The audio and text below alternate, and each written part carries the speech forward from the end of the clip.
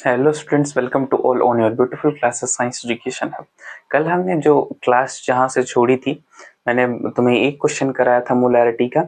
आज एक और क्वेश्चन मोलैरिटी का कराने के बाद हम मोलैलिटी को देखेंगे। ठीक है, देखो क्वेश्चन कराने का ये मतलब होता है कि तुम्हें बताए गए फॉर्मूले जो है वो समझ में आए। ठीक है, तुम खुद से भी मतलब समझ सको कि सवाल करने कैसे। ठीक है, अगर तुम 11th में इनिशियल स्टेज में हो यार, तो तुम्हें देखो यही टाइम है जब तुम एफर्ट मारोगे जो है क्वेश्चन करने में, क्वेश्चन कैसे किया जाता है उसको सीखने में। ठीक है, जब तुम 12th में चले जाओगे तो फिर उसके बाद ये बहुत ज्यादा एफर्ट तुम्हारा काम नहीं आएगा, क्योंकि वहां पे तुम्हें थ्योरीज कॉन्सेप्ट सब लेके चलना पड़ेगा। ठीक है, और फिर क्वेश्चन प्रैक्टिस भी। तो यहाँ पे जो क्वेश्चन प्रैक्टिस किए रहोगे ना, वो आगे तुमको काम देगा।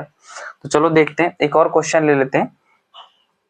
क्वेश्चन है मोलैरिटी।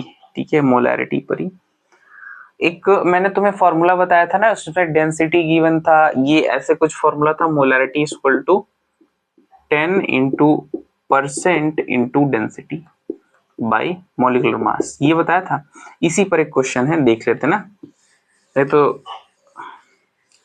ऐसे कंफ्यूजन होगा कि कहाँ से वो जो आ गया ना, देखो क्योंकि जो चीज एनसीईआरटी में नहीं होती उसको तुम्हें देख के कंफ्यूजन होता है कि ये कहाँ से चीजें आ गई या क्लास में बताई जाए। तो देखें क्वेश्चन, देखें density of 16% by mass.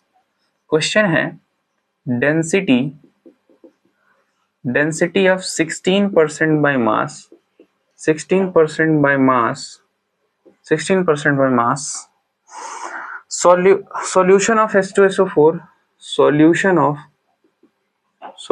Of H2SO4, H2SO4 इन डेंसिटी कितनी दी है 1.0, आई थिंक 1.10 1.1094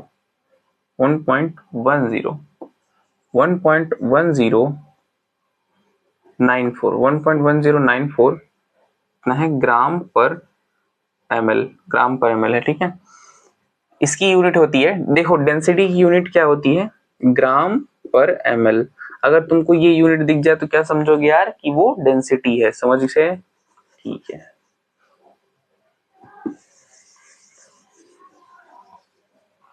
चलो ठीक है। तो क्या बोला है हमको,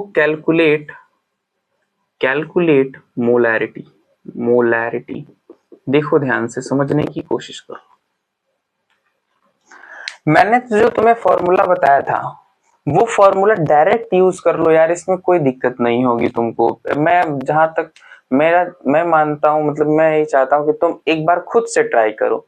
ठीक है, तुम्हें अगर खुद से आ जाता है तो यार ये तो बहुत अच्छी बात है, अगर नहीं आता है तो फिर मैं तो कर ही रहा हूँ। ठीक है, देखो पॉज करके तुम भी ट्राई करो यार। ठीक है, सॉल्व करते हैं इसको, सॉल्व। तो मैंने तुम्हें क्या बताया था, मोलैरिटी का फॉर्मूला बताया था 10 into percent into D by molecular mass. ठीक है, molecular mass 10 as it is, percent कितना है 16% दिया है, डी डेंसिटी कितना दिया है 1.1094। ठीक है, मोलिकुलर मास H2SO4 का मोलिकुलर मास निकाल लो यार, ये हो जाएगा 2 प्लस 32 प्लस 64। ठीक है, तो कितना हो जाएगा 34 और 64, 448 98। ठीक, 98 हो जाएगा। कितना हो जाएगा 98 हो जाएगा, 98। देन कैलकुलेट करो तुम इसको, देखो इसका इसमें मल्टीप्लाई कर दो, ये 11 हो जाएगा, उस साइड 0 है तो कोई दिक्कत नहीं होगा। अब देखो मैं कैसे कर रहा हूं, समझो मैं क्या कर रहा हूं, पता है अप्रोक्सीमेशन ले रहा हूं। अगर मैं 10 का मल्टीप्लाई इसमें कर दूंगा तो ये एक डेसिमल उस साइड खिसक जाएगा। तो क्या हो जाएगा, ये 11 हो जाएगा, पर 11 के बाजू में 0 है, तो मैं 11.09 न लेकर के 11 ले सकता हूं। जैसे में देखो यार 10 इंटू 1.1094, अगर तुम इसका मल्टीप्लाई करते हो तो 11.094 आता है। तो 0 पॉइंट के बाद 0 जो होता है उसकी जो है उसको क्या निगलेक्ट मान सकते हैं ना, बिल्कुल मान सकते हैं। तो 11 ले सकते हैं, हाँ ले सकते हैं। ठीक है, तो ये कैलकुलेशन करने का थोड़ा सा इजी प्रोसेस हो जाता है और कुछ नहीं। ठीक है, 6 61, ठीक है, 671, 176, ठीक है, 176।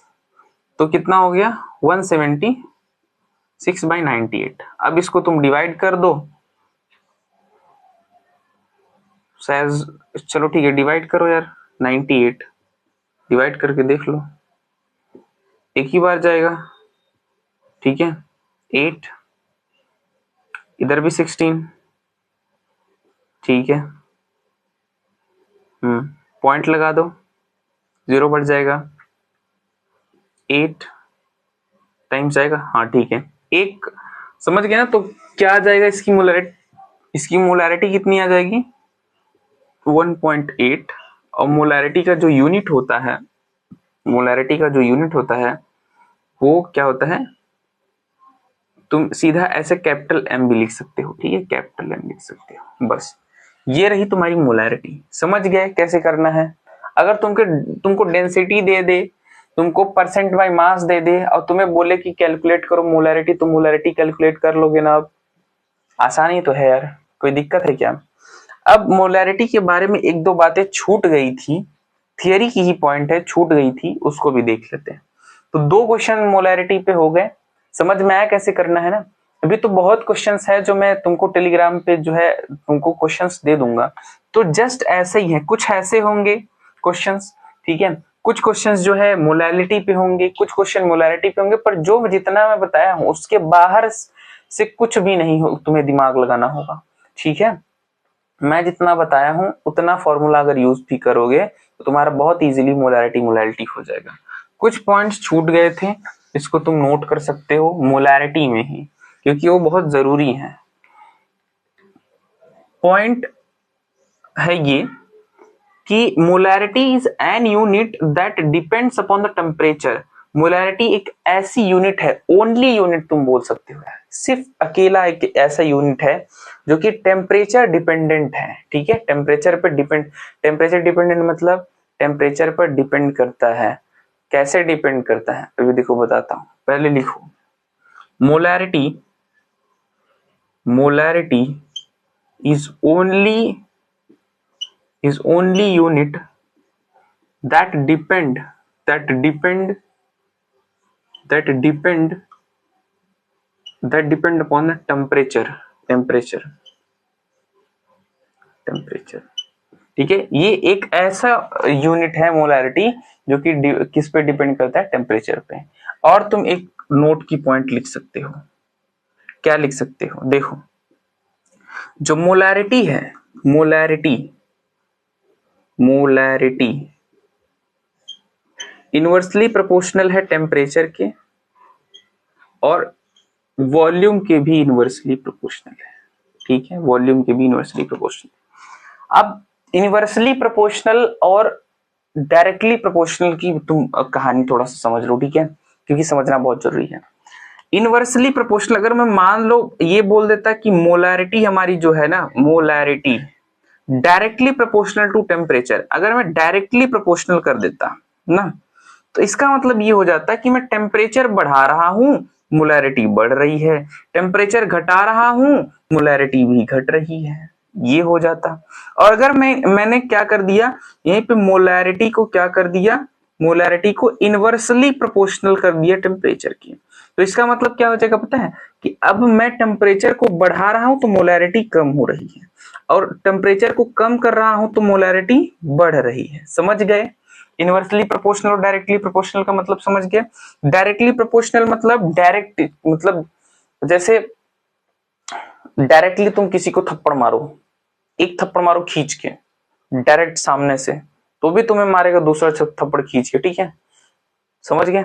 और इनवर्सली, ठीक है, मान लो तुम मार नहीं रहे हो ना, थप्पड़ नहीं मार रहे हो, पर कुछ ऐसी बात बोल दी जो उसको बुरा लगा, तो वो भी क्या करेगा, वो कुछ देर तक तो शांत रहेगा, फिर बाद में वो भी कुछ ऐसा बोलेगा जो तुमको बुरा लगेगा, ठीक है। मतलब ये तो समझने के लिए हो गया, बट यहां तुम समझो इनवर्सली प्रोपोर्शनल में या तो तुम देखो, समझो, तुम मोलैरिटी बढ़ा रहे हो, टेम्परेचर कम हो रहा है, या तो तुम ये बोल सकते हो कि हम टेम्परेचर कम कर रहे हैं तो मोलैरिटी बढ़ रहा है।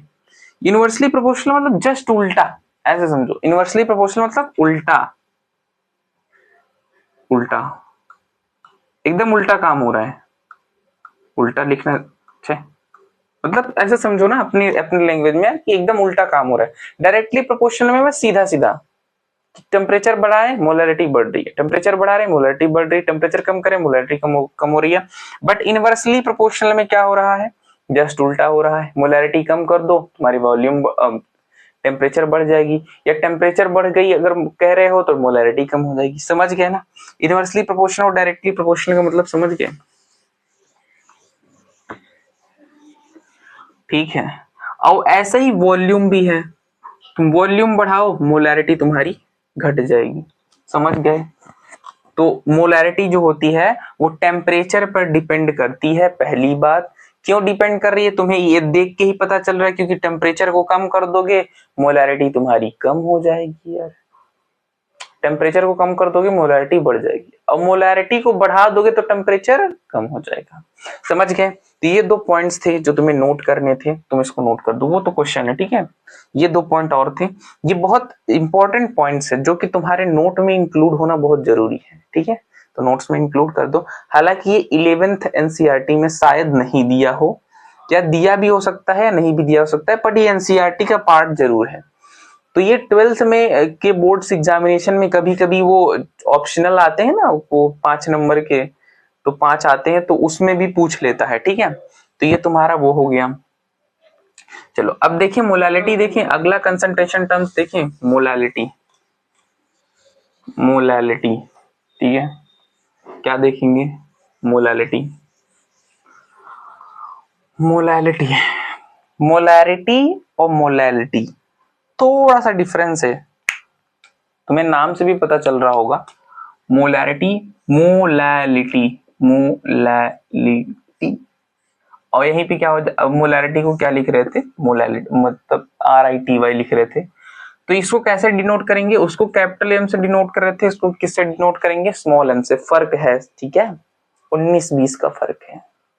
ठीक है, 19-20 का फर्क है, थोड़ा सा समझो उस बात को।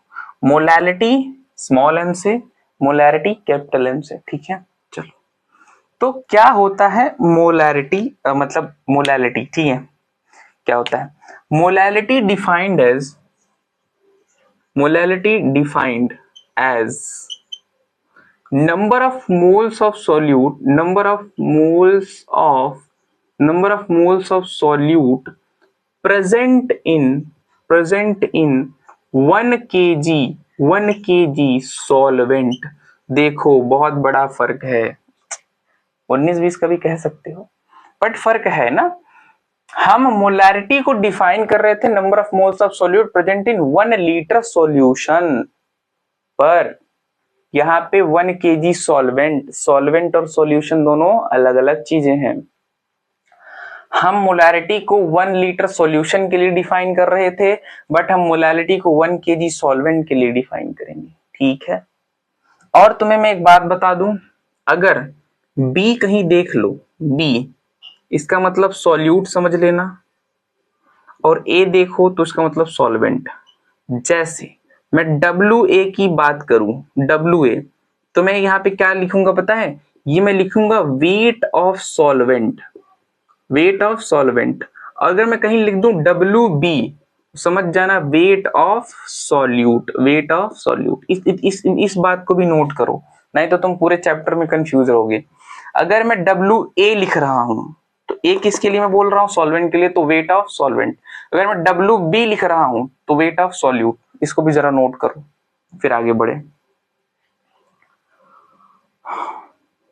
ठीक है, अब तुम फॉर्मूला नोट करो डायरेक्ट। ठीक है, कोई इधर उधर की बातें नहीं, डायरेक्ट फॉर्मूला नोट करो। Molality small m equal to W/m into WA to 1000।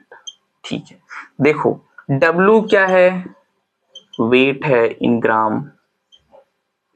ठीक है, M क्या है, मोलिकुलर मास है जी, क्या है, मोलिकुलर मास है, मोलिकुलर मास है जी, बिल्कुल।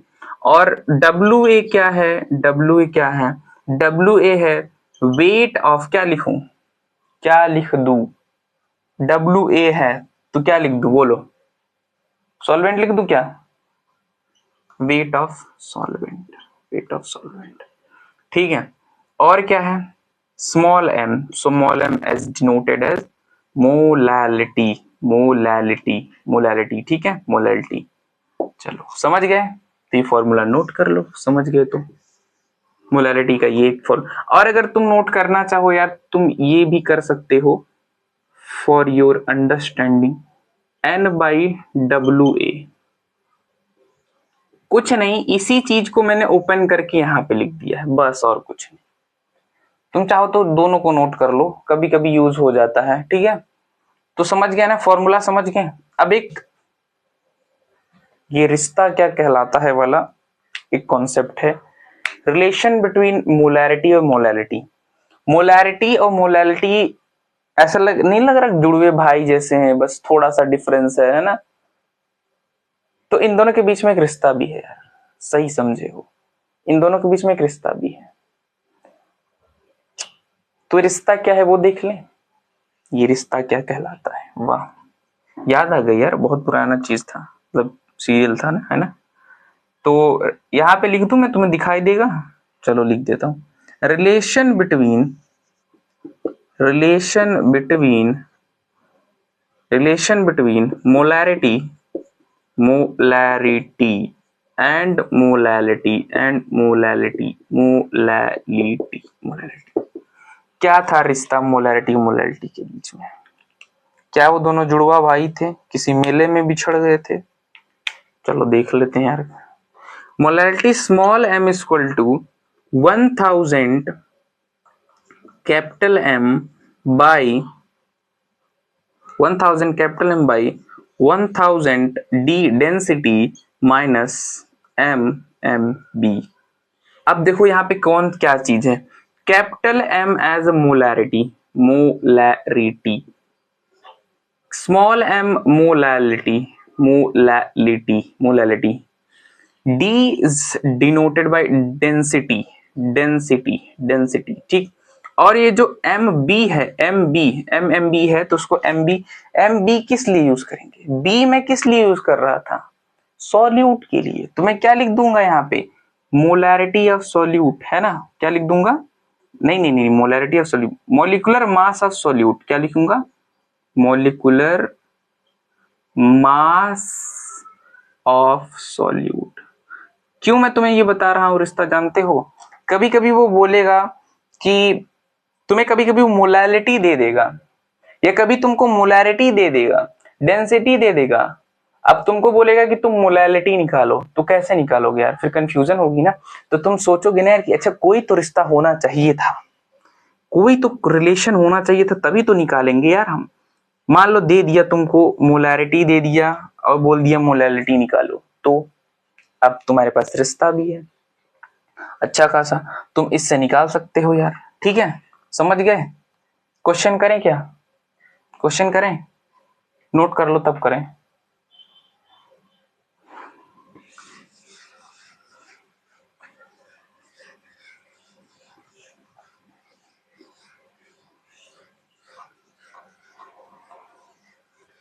लेट्स डू क्वेश्चंस, क्वेश्चन, ठीक है, चलो देखते हैं questions. 4 gram of NaOH present in 100 gram H2O, 4 gram NaOH present in, यही है ना क्वेश्चन।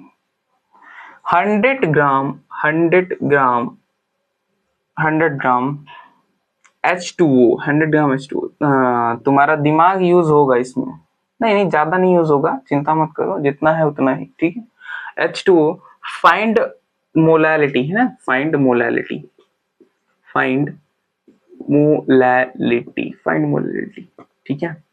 मैंने जो तुम्हें फॉर्मूला बताया था, अगर डायरेक्ट यूज करोगे इस फार्मूला का, तो तुरंत तुम्हें जो है आ जाएगा।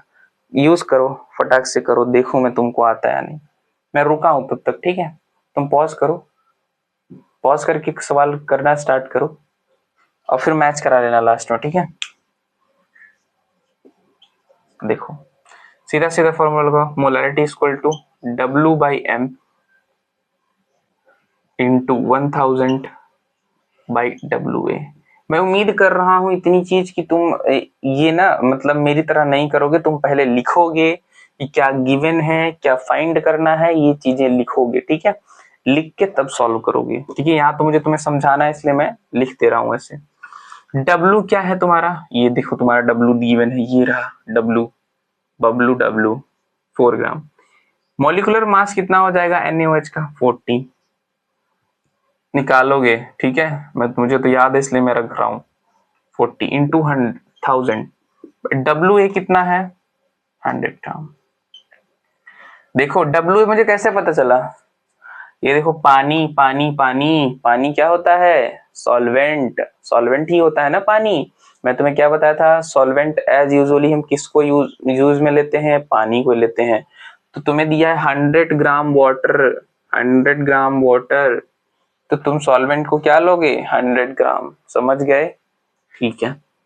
2 जीरो से 2 जीरो इधर से गया, 1 जीरो से 1 जीरो इधर गया, 4 से 4 चला जाएगा, कितना आया 1 मोलल। या तुम इसको तुम या ये भी लिख सकते हो मोल पर केजी, इसका यूनिट होता है, ठीक है, मोल पर केजी। ये हो गई तुम्हारी मोलैलिटी की एक क्वेश्चन, समझ गए। देखो ना कितना सिंपल सा है ना, बहुत ज्यादा मतलब वो हार्ड नहीं है। चलो ठीक है, अब एक क्वेश्चन और देखो। हाँ, इस क्वेश्चन में तुम्हारे जो है दिमाग के परखच्चे उड़ सकते हैं, मतलब तुम्हारे थोड़ी अकल की यूज होगी यार।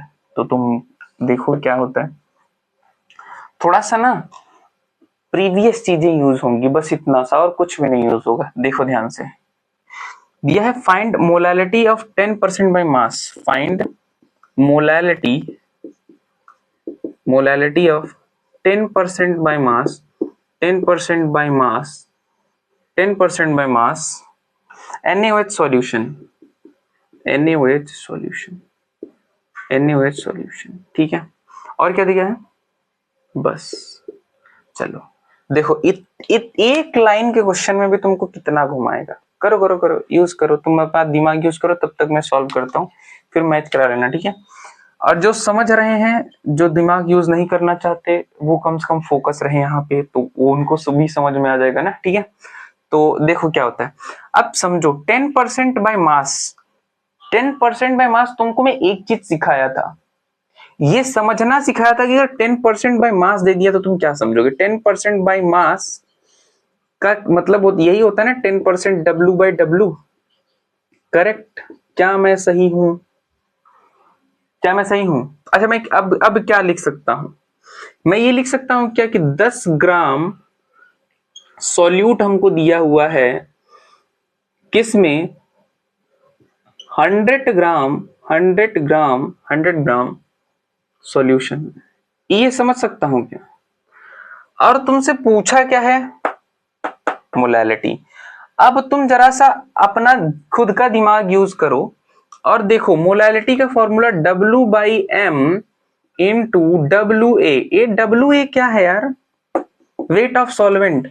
पर हमें सॉल्यूट का वेट बता दिया, उसने हमको सॉल्यूशन का वेट बता दिया, हमको सॉल्वेंट का वेट बताया है क्या, बताया क्या, नहीं बताया ना, हमको सॉल्वेंट का वेट बताया नहीं, तो उसने तो हमको सॉल्यूट और सॉल्यूशन बता दिया। इस बात से हम ये कह सकते हैं कि 10 ग्राम हमारे पास सॉल्यूट है, किसमें 100 ग्राम सॉल्यूशन में। ये चीज तो मैंने तुम्हें डिनोट करना बताया था, है ना, ये चीज तो अच्छे से बताई थी। तो अब देखो वही कॉन्सेप्ट यूज है, तुमको सॉल्यूट दे दिया, सॉल्यूशन दे दिया, पर यहाँ फॉर्मूले में तो तुम्हें सॉल्वेंट का वेट चाहिए ना, तो कैसे करोगे। अब फिर और दिमाग का यूज करो, तुम्हें एक और चीज बताई थी मैंने, जानते हो क्या, solution, solution equal to solute plus solvent होता है। सॉल्वेंट और सॉल्यूट के ऐड करने से ही सॉल्यूशन बनता है, ये बात भी मैंने तुम्हें बताई थी। तो अब रखो, सॉल्यूट कितना दिया है 10 ग्राम दिया है, सॉल्यूशन की कितना दिया है 100 ग्राम दिया है, ठीक है, प्लस सॉल्वेंट को X मान लो। ये 10 ग्राम इधर आएगा, माइनस हो जाएगा, 100 में से 10 माइनस हो जाएगा, तुम्हारा X जो है कितना आ जाएगा 90 ग्राम। तो X क्या था, सॉल्वेंट। सॉल्वेंट आ गया क्या तुम्हारा, सॉल्वेंट आ गया क्या तुम्हारा, बिल्कुल आ गया, ये सॉल्वेंट आ गया तुम्हारा। ठीक है, अब समझ में आया सॉल्वेंट कहाँ से आया। अब इसको मिटा दूं, आगे का प्रोसेस करूं, तो ये तुम्हें दिमाग खुद से लगाना, पहले तुम्हें इसको डिनोट करना पड़ेगा। ठीक है, इसको समझना पड़ेगा कि तुमको ये दिया क्या है। तुम्हें ये निकल गया तो अब तुम देखो कि फॉर्मूले में मैं क्या यूज कर सकता हूं। तुम वेट ऑफ सॉल्वेंट यूज कर सकते हो, तो तुमने सॉल्वेंट का वेट यहां से निकाल लिया इस चीज से। देख रहे हो प्रीवियस क्लासेस रिवाइज हो रही हैं, तो हर एक क्लास जरूरी है तुम्हारे लिए। ठीक है, चलो 90 ग्राम मिल गया। चलो अब क्या करोगे, अब क्या करोगे, अब तुम्हें 90 ग्राम क्या मिल गया, वेट ऑफ सॉल्वेंट, WA मिल गया, मतलब 90 ग्राम। ठीक है, ये मिल गई बात। अब देखो, अब फॉर्मूला लगा दो, अब कोई दिक्कत नहीं है, फॉर्मूला लगाओ आराम से। मोलालिटी पूछा है तो स्मॉल m को W/m इंटू WA टू 1000। ठीक है, 1000। चलो W कितना दिया हुआ है यार, 10। NaOH का मोलिकुलर मास कितना है, 40 होता है। अच्छा, ये 10 कहां से रखा, 10 ग्राम सोल्यूट, तो ये W सोल्यूट का ही मास है ना। ठीक है, और WA कितना, 90 निकाल लिया हमने, और ये कितना हो गया, 1000। तो 0 से 0 चला जाएगा, ये 0 से ये 0 जाएगा, नहीं नहीं ये कितना हो जाएगा, ये 0 से नहीं जाएगा। ठीक है, तो कितना हो जाएगा, 400 हो जाएगा क्या, नहीं ये हो जाएगा 100/9 4 जा 36, ये हो जाएगा। ठीक है, अब इसको तुम सॉल्व कर लो, आ जाएगी तुम्हारी मोलालिटी। लो, हो गया क्वेश्चन तुम्हारा। देख रहे हो एक लाइन के क्वेश्चन ने तुम्हारे दिमाग को कितनी बार घुमाया, एक लाइन का क्वेश्चन। इसीलिए मैं बोलता हूं कि प्रीवियस क्लासेस को रिवाइज करना बहुत जरूरी है। अगर तुम प्रीवियस क्लासेस रिवाइज नहीं करते हो तो तुम ऐसे फंस सकते हो। अब तुम पैटर्न देख रहे हो ना, अगर तुम 11th अच्छे से नहीं करके जाओगे तो 12th का क्या लगता है, तुम खींचतान के तो पास हो ही जाओगे यार, पर परसेंट अच्छा लाने के लिए तुम्हें हर एक प्रोसेस का ध्यान देना होगा। इवन तुम्हें 11th का भी बहुत अच्छे से ध्यान देना होगा। जब 11th अच्छे से ध्यान दोगे तब जाके 12th में अच्छा परफॉर्मेंस दे पाओगे। ठीक है, वो भी कोई बहुत वो मतलब वो नहीं है, अगर वहां भी मेहनत करोगे तब। ठीक है, तो समझ गए ना, तुम मोलालिटी पे भी क्वेश्चन समझ गए, मोलारिटी पे भी क्वेश्चन समझ गए, उसका डिफिनेशन देख लिया, फॉर्मूला देख लिया। अब मैं जो है तुम्हें जो तुम्हारे हमारा टेलीग्राम चैनल है साइंस एजुकेशन अब करके, उसमें मोलालिटी के दोनों के तुम्हें क्वेश्चन प्रोवाइड कर दूंगा।